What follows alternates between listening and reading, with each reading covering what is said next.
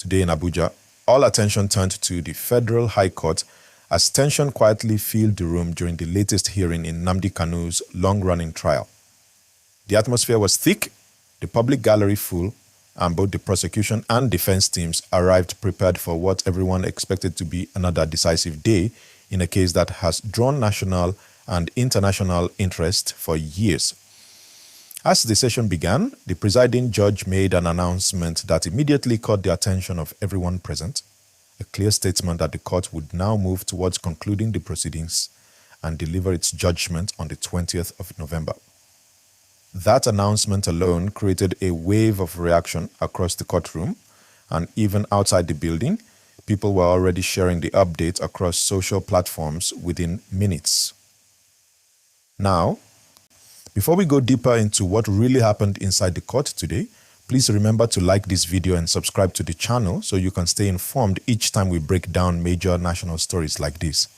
Your support helps us reach more viewers who want balanced and professional updates, and I appreciate everyone who takes a moment to hit the like button right now. So, what actually led to today's tension? According to what happened in the courtroom, Nnamdi Kanu, who is facing terrorism-related charges, was expected to open his defense after the prosecution had already presented its case. But things did not go as smoothly as planned. When the judge asked if the defense was ready to proceed, Mr. Kanu stood up and told the court that he would not open his defense under what he described as an invalid arrangement.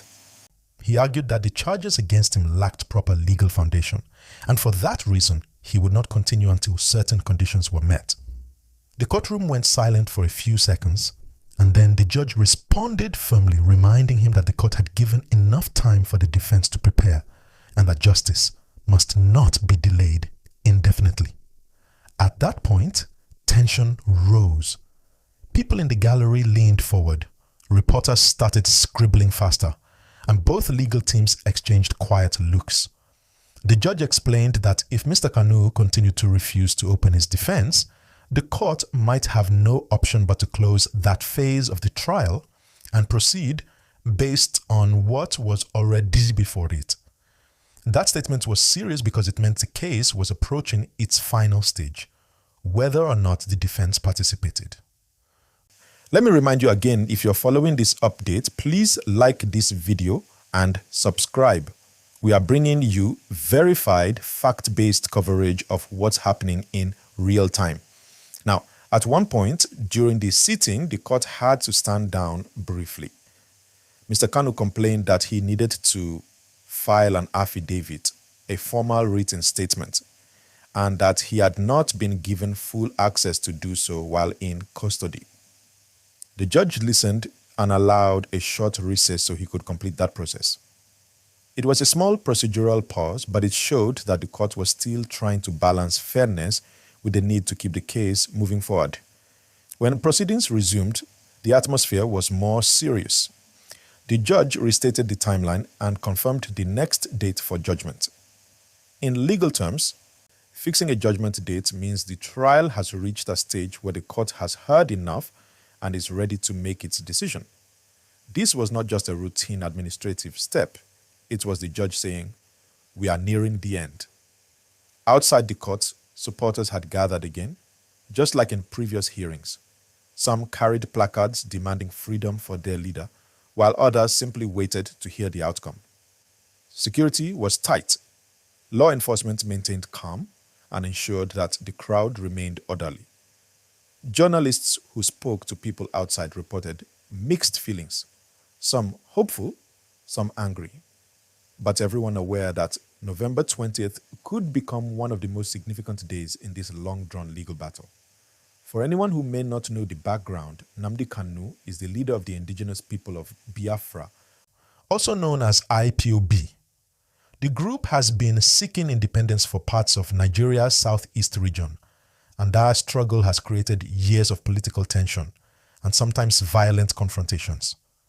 The federal government accuses the group of promoting actions that threaten national unity, while IPOB insists it is campaigning peacefully for self-determination. This difference in perspective has defined the conflict for nearly a decade, and Kanu's arrest, extradition, and ongoing trial are central to that larger story. Over the years, this case has passed through several stages, from initial arraignment to bail applications, multiple appeals, and now the closing phase of the trial itself. Each time there is a hearing, the eyes of the country turn to Abuja. People watch to see how the legal system handles a matter that mixes law, politics, and emotion all in one. And this latest development, with the court fixing a date for judgment, signals that the process is finally approaching a conclusion. Remember, while you are listening, please like this video and subscribe. It helps the channel grow, and it means more people can hear professional coverage without bias or rumor. Now, what makes today's development so interesting is not just the date that was fixed, but also the exchange between the court and their defendant.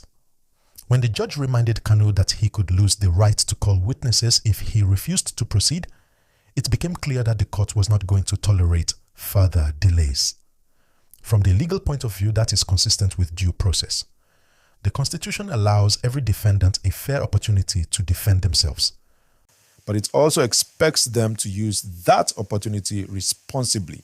If they choose not to, the court can decide based on the evidence already available. That is what may happen here. After the sitting ended, lawyers on both sides declined to speak extensively to the press. However, a few hints emerged. Members of the prosecution team expressed confidence that justice would be served, saying the case had been properly argued and that they trusted the court to deliver a fair decision. On the other hand, close associates of Kanu said they remained hopeful that the judgment would recognize what they describe as violations of his rights during arrest and detention. As news spread, social media began to buzz with reactions. Supporters across different states posted messages calling for calm and urging followers to pray for a positive outcome. Some political commentators also began to weigh in, analyzing what this might mean for the broader discussion around national unity, freedom of expression, and regional peace. Many pointed out that no matter the result, this case has already changed how the country thinks about activism and legal accountability. For those who have been following this story for years, you know it has been a long road. Nnamdi Kanu was first arrested in 2015, later granted bail, then rearrested after leaving the country, and since then has remained in custody while the court processes continued. Through all of these, emotions have run high. There have been calls from international organizations for fair trial standards, while the government insists that all proceedings are following Nigerian law. Today's courtroom session reflected that same mixture of seriousness and sensitivity. The judge was calm but firm. The lawyers were prepared. Mr. Kanu appeared determined but defiant. The entire exchange lasted for hours, yet every minute seemed heavy with meaning. Observers noted how quiet the room became each time the judge spoke. You could tell that everyone understood the gravity of what was being decided. Please, if you are following along, don't forget to like this video and subscribe so you won't miss the next update. We'll continue to bring you accurate reports as more details emerge. Beyond the courtroom, security agencies have also been monitoring the situation closely. In previous years, some hearings were followed by small protests or gatherings in the southeast, so authorities are already taking precautionary measures. They have urged citizens to stay peaceful, reminding everyone that the court process is ongoing and that whatever the judgment will be, there are legal ways to seek redress or appeal. That message is important because maintaining peace around sensitive cases like these helps protect both lives and property. In the political sphere, this case also connects to broader national conversations. Leaders from different regions have repeatedly called for dialogue, saying that while justice must take its course, the government should also look for ways to address underlying grievances. Economic development, political inclusion, and fairness in national appointments are some of the themes that often come up whenever this matter is discussed. Many analysts believe that regardless of the court's final decision, Nigeria will need to keep building trust among its diverse communities. And so, What we saw today in court was not just a legal milestone. It was another chapter in a much bigger national story. Each statement made inside that courtroom carries weight beyond the walls of the Federal High Court.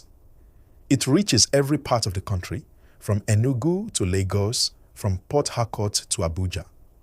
Because this case touches on identity, justice, and unity, everyone has an opinion. But the most important thing now is to allow the rule of law to take its full course. Please remember again to like this video and subscribe. Every like helps more people see this content and hear clear, responsible updates instead of misinformation. Now, as the court prepares for Judgment Day, many are wondering what could happen next. If the court delivers a ruling against Mr. Kanu, his legal team will almost certainly appeal to the higher courts.